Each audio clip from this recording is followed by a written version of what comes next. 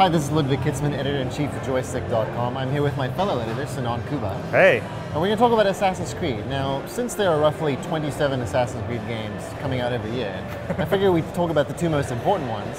One being Assassin's Creed Rogue, which is only for Xbox 360 and PlayStation 3. It's not coming to PlayStation 4 or Xbox One, or even Wii U.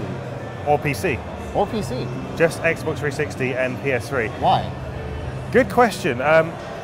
I've got my thinking on it. I'm sure you have your thinking. I'm sure viewers at home have their own thinking on it. But we asked Ubisoft, and they said it was because the Kenway saga began on Assassin's Creed 3, which was on the last generation of systems. And even though Assassin's Creed 4 may have been on other systems, they felt it was more appropriate to continue it on the system that was most played on. It's set between Assassin's Creed 4 and Assassin's Creed 3. If you remember, Assassin's Creed 4 was a prequel to Assassin's Creed 3. So you're now playing a character who started out as an assassin but has betrayed the assassins and now is a Templar. And that is tied into a lot of the gameplay. It's trying to twist on some of the things and sort of flip some of the ideas that you'll see in, Assassin's Creed 4. Right. There are new settings, new weapons.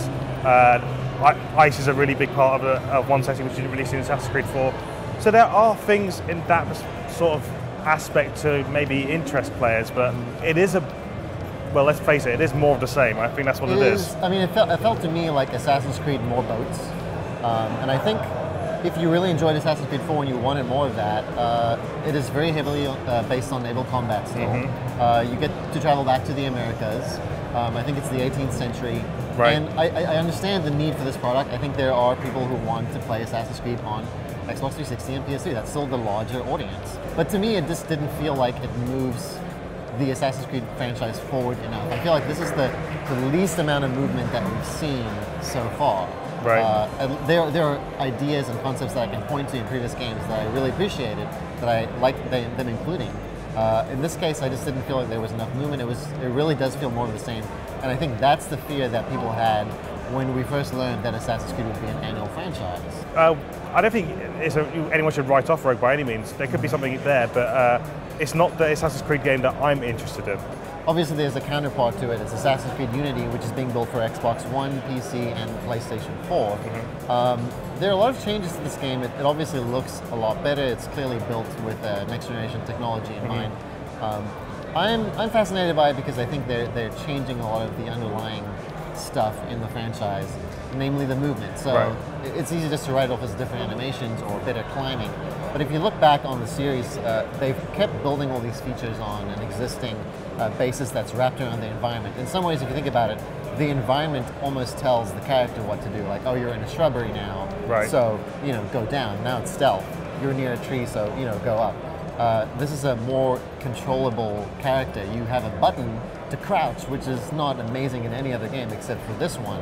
And to be fair, these games are essentially systemic monstrosities because they keep putting things on top of each other to the point where being able to crouch is a really complicated problem. So, have you had a chance to try it out with other players? Yeah, so one of the strong pushes in this game is it's got a cooperative element, cooperative multiplayer, 2 or 4 player. They split the missions according to the size, and you will do heists, you'll sneak into locations to steal treasure, or you'll go on assassination sprees with 3 other players. The interesting about it is the other player is represented, when you're playing in single player, the other 3 characters that join your game, they see themselves as you as well. Like you're all playing the single hero of the story, which is why there's no variety in customization. You can all have different cloaks and different hoods and boots, and there's a strong customization component to it. But does the co-op play really change how you move through this world, how you play, how you assassinate, all those kind of things? I think so, because there's a different kind of interaction that you have. You're telling someone, I'm about to do this. You're trying to create little plans, because it's more satisfying to complete missions in a stealthy way. I think stealth has always been kind of half-baked in the Assassin's Creed franchise. It's kind of accidental in that you are not spotted. And this feels more deliberate, and that makes the game feel a little different. And that's what I'm looking for. I'm looking for the game to feel different. So I like them experimenting with different settings and different gameplay styles. And that's the one thing that I feel is lacking in Rogue. So like, apart from the car, which is obviously a huge part, and the return to European history, which I agree with you is a really huge part as well, is there anything else that people should be interested that's really grabbed you about Unity? Well, one of the messages that they keep repeating is that it's going to be a very open-ended, structured game. Like, it's not going to be extremely linear. They'll let you attack missions when you want to. They'll let you approach them in different ways. They'll let you play it like you would in Assassin's Creed 1, for instance, which was very open in how you approached it. It was very undirected. And a lot of people didn't like that because it wasn't clear whether you were playing well or whether I know you were really liked it, though. Yes, I did, but I mean, I role-played it, and to some degree I convinced myself that it was more fun that way. But this one just seems like they're going for more freedom, and I look forward to seeing how that plays out.